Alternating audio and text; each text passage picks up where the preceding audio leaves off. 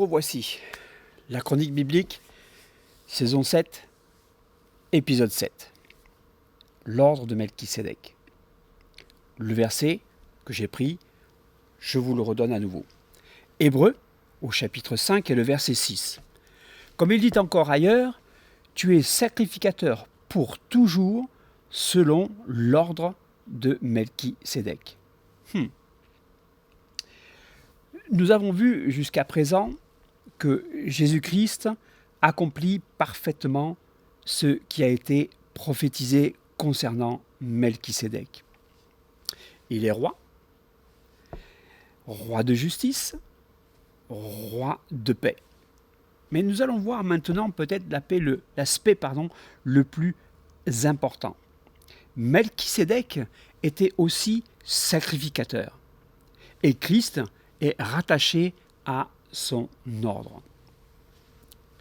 Il a fallu quand même expliquer un petit peu l'historique de ce Melchisédek, voir qui il était, quel était son caractère, quels étaient ses attributs. Il est roi de justice, roi de paix. Et on a vu que tout ça déjà, toutes ces choses-là, Jésus-Christ les avait aussi.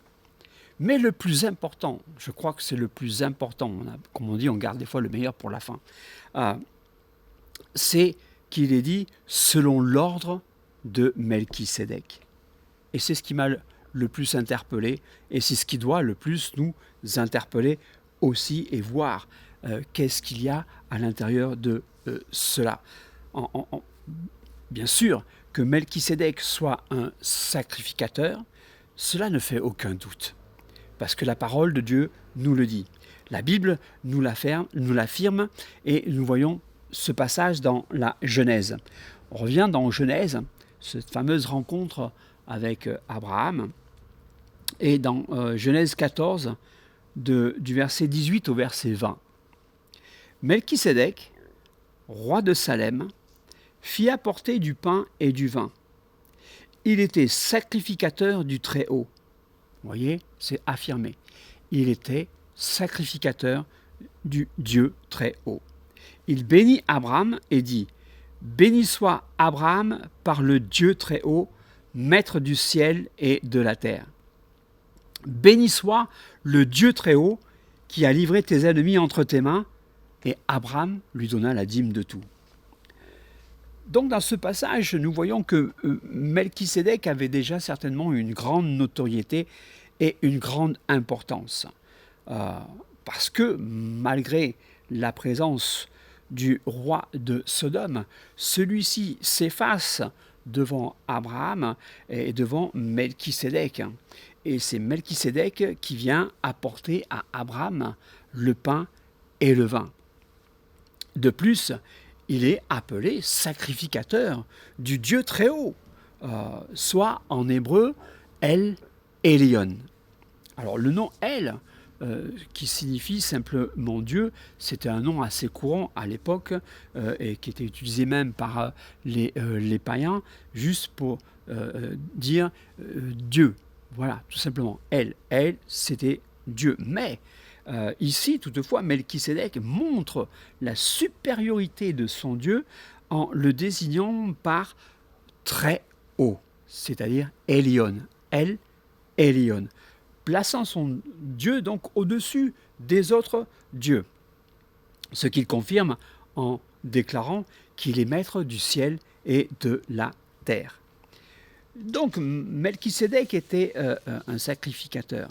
Et il était sacrificateur avant qu'Abraham soit.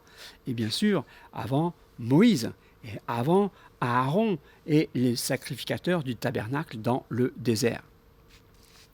Parce que souvent, lorsque on nous parle de sacrificateurs, de sacrificature, on associe très très vite, nous en tant que chrétiens, tout cela au tabernacle de Moïse, puisque c'est là que les lois ont été données, que le système de sacrificature a été instauré, que la loi a été donnée aux Israélites et tout ce qui s'ensuit.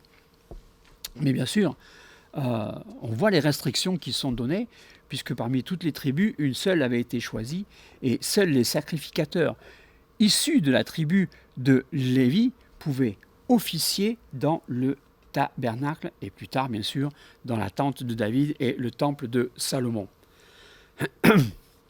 De même, on s'aperçoit que dans cette sacrificature, même parmi les Lévites, il y avait une autre classe qui était suivant la lignée d'Aaron, qui pouvait être des souverains sacrificateurs, et seuls quelques-uns pouvaient aller derrière le voile. Donc une sélection était assez faite, et il y avait de l'ordre dans tout ce que Dieu faisait. Et ça nous fait penser à tout cela. Mais ce sur quoi je veux attirer l'attention, Melchisédek était roi et sacrificateur. Ce que ne pouvait pas être un roi à l'époque de Moïse et ensuite par la suite. Aucun roi ne pouvait prétendre à cette place. Regardons un petit peu des exemples qui nous sont donnés dans l'histoire.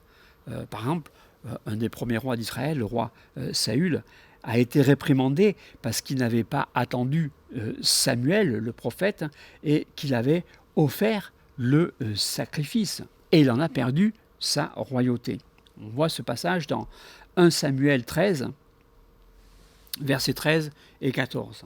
La Bible nous dit, Samuel dit à Saül, tu as agi en insensé, tu n'as pas observé le commandement de l'Éternel, ton Dieu, que l'Éternel, ton Dieu, t'avait donné. L'Éternel aurait affermi pour toujours ton règne sur Israël. Et maintenant, ton règne ne durera point.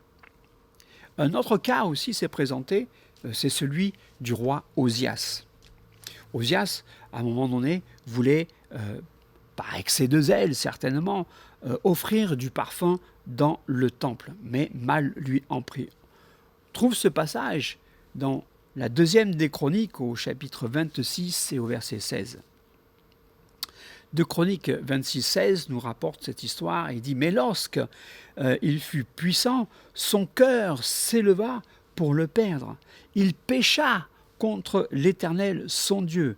Il entra dans le temple de l'Éternel pour brûler des parfums sur l'autel des parfums. » Et le sacrificateur Azaria et 80 autres sacrificateurs avec lui s'opposèrent au roi. Mais lorsque le roi s'irrita, c'est-à-dire se mit en colère contre eux, la sanction fut immédiate. Dans 2 Chroniques, au chapitre 26, et cette fois-ci, le verset 19. La colère s'empara d'Osias, qui tenait un encensoir à la main. Et comme il s'irritait contre les sacrificateurs, la lèpre éclata sur son front en présence des sacrificateurs, dans la maison de l'Éternel, près de l'autel des parfums. Tout cela, c'est pour vous dire à quel point la sacrificature est quelque chose de très sérieux et que Dieu veille toujours au bon ordre de sa maison. Cependant, ce que nous pourrions appeler l'ordre des Lévites, ou selon l'ordre d'Aaron, était une sacrificature qui était terrestre et passagère, alors que la sacrificature à laquelle Jésus-Christ est appelé est céleste et éternelle. Voilà une grande différence, et voilà pourquoi Hébreu nous en parle avec un tel enthousiasme et qui nous dit qu'elle est supérieure à celle des Lévites. En effet, si vous vous souvenez, le tabernacle de Moïse n'était que le modèle terrestre de ce qui lui avait été montré dans le céleste. Hébreu nous en parle et nous l'explique. Hébreu au chapitre 8 et le verset 5. Lesquels célèbrent un culte, image et ombre des choses célestes, selon que Moïse en fut divinement averti lorsqu'il allait construire le tabernacle. Et soin lui fut-il dit de faire tout d'après le modèle qui t'a été montré sur la montagne. Si on en vient à l'appel de Christ comme souverain sacrificateur, il nous est rapporté dans Hébreu qu'il est supérieur aux autres. On va voir un petit peu cela dans Hébreu, toujours au chapitre 6, mais cette fois-ci le verset 21. Hébreu 6, 21. Car tandis que les Lévites sont devenus sacrificateurs sans serment, Jésus, il est devenu il l'est devenu avec serment par celui qui lui a dit « Le Seigneur a juré et il ne se repentira pas. Tu es sacrificateur pour toujours selon l'ordre de Melchisédek. » Ce qui est une citation directe ici du psaume 110, verset 4. Et il est écrit ailleurs aussi sur l'appel à la sacrificature. Dans Hébreux au chapitre 5, du verset 4 au verset 5. Nul ne s'attribue cette dignité s'il n'est appelé de Dieu, comme le fut Aaron. Aaron, il a été appelé à cette sacrificature, mais ce n'avait pas été fait avec serment. Donc, nul ne s'attribue cette dignité s'il n'est appelé de Dieu, comme le fut Aaron. Et Christ ne s'est pas non plus attribué la gloire de devenir souverain sacrificateur, mais il la tient de celui qui lui a dit « Tu es mon fils, je t'ai engendré aujourd'hui ». Comme il dit encore ailleurs, tu es sacrificateur pour toujours selon l'ordre de Melchisédek. Ainsi, il y a donc des différences notables entre ces deux sacerdoces. Aaron, du sacerdoce des Lévites, était terrestre et a été appelé sans serment. Jésus-Christ est du sacerdoce de Melchisédek, qui est céleste celui-ci, et à qui il lui a été donné par serment par Dieu. Hébreu fait donc une belle démonstration de la supériorité de Christ et de son sacerdoce. Et je vous encourage à lire Hébreu si vous voulez comprendre un petit peu mieux toutes ces choses-là. Et son sacerdoce est donc supérieur à celui des Lévites. Le sacerdoce des Lévites était passager. Celui de Melchisédek, il est permanent. On voit cette chose-là, et c'est l'apôtre Paul qui le décrit très bien aux Corinthiens. La deuxième des Corinthiens, au chapitre 3, du verset 7 au verset 11. Paul dit aux Corinthiens, « Or, si le ministère de la mort, gravé avec des lettres sur des pierres, a été glorieux, au point que les fils d'Israël ne pouvaient fixer les regards sur le visage de Moïse, à cause de la gloire de son visage, bien que cette gloire fût passagère, combien le ministère de l'Esprit ne sera-t-il pas plus glorieux? Si le ministère de la condamnation a été glorieux, le ministère de la justice est de beaucoup supérieur en gloire. Et sous ce rapport, ce qui a été glorieux ne l'a point été à cause de cette gloire qui lui est supérieure. En effet, si ce qui était passager a été glorieux, ce qui est permanent est bien plus glorieux. Voilà, à ce point-ci, nous pouvons dire que l'ordre de Melchisédek est un ordre royal de sacrificature, ce que n'était pas l'ordre des Lévites. Il y a le côté royauté et le côté sacrificature, qui est donc spirituel et éternel. Au temps où il est apparu, lorsque on se demande pourquoi ce Melchisédek est apparu au temps d'Abraham. Comment ça se fait qu'il était là? Et on peut se poser plein de questions là-dessus, et croyez-moi, je m'en suis posé quelques-unes. Mais je pense qu'une partie de la réponse se trouve dans cette révélation de l'apôtre Paul. Dans 1 Corinthiens, au chapitre 15, versets 45 et 46.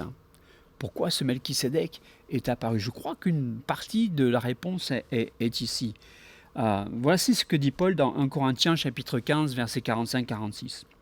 C'est pourquoi il est écrit « Le premier homme, Adam, devint une âme vivante. Le dernier Adam, c'est-à-dire Jésus-Christ, est devenu un esprit vivifiant. Mais ce qui est spirituel n'est pas le premier, c'est ce qui est animal. Ce qui est spirituel vient ensuite. » Je pense donc qu'il fallait donc qu'il y ait un temps terrestre et passager sur cette terre à cet ordre de Melchisédek pour qu'il puisse déjà être mentionné, vu, pratiqué, mais qu'il devienne ensuite spirituel et éternel avec Jésus-Christ.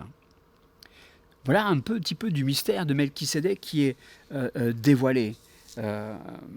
Et ce Melchisédek a cet ordre de sacrificature et de royauté qui est éternel. Et Jésus-Christ a été nommé sacrificateur selon cet ordre-là, faisant de lui un roi et un sacrificateur bien plus important que tout ce qui a été fait par l'ordre d'Aaron et des Lévites. Je vous laisse avec cela. Et si vous avez aimé cette chronique, mettez un pouce, mettez un like, partagez tout cela. Et je vous dis à bientôt.